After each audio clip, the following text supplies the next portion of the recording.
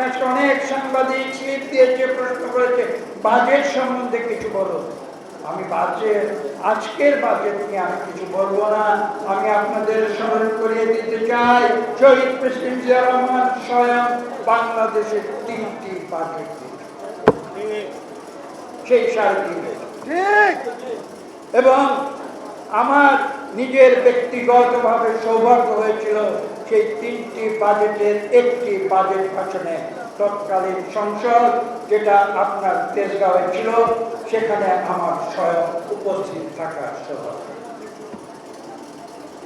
আমি আপনাদের উদ্দেশ্যে বলতে চাই, শহীদ প্রেসিডেন্ট জিয়া রহমান যে বাজেট দিয়েছিলেন, সে বাজেট ঢাকা শহরের উঁচুতলার মানুষের জন্য ছিল না। সেই বাজেট ছিল বাংলাদেশের খেটে খাওয়া তৃণমূলের গ্রামে গঞ্জের মানুষের।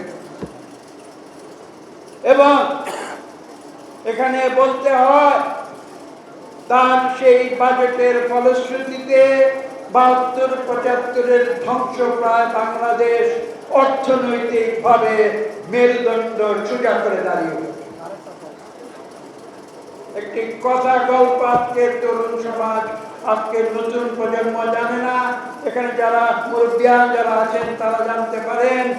এখানে 72-75-এ বাংলাদেশ সম্বন্ধে আমেরিকার পররাষ্ট্র মন্ত্রী বলেছিলেন যে তলাবিহীন ঝুড়ি বাংলাদেশ। পরবর্তী 3.5 বছরে আমি বলেছি একটু আগে 3টি বাজেট দিয়েছিলেন।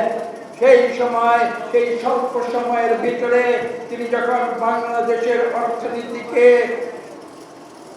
যখন মুক্ত বাজার অর্থনীতিতে রূপান্তরিত করেন, এদেশে যখন তিনি গার্মেন্টস শিল্পের সূচনা করেন, এদেশে যখন তিনি বৈদেশিক মুদ্রার প্রবাহ সৃষ্টি করেন, বিদেশে আমাদের কর্মজীবীদের প্রেরণ করে, তার মাধ্যমে তিনি বাংলাদেশে রূপান্তরের পরে সেই আমেরিকা কি বলেছিল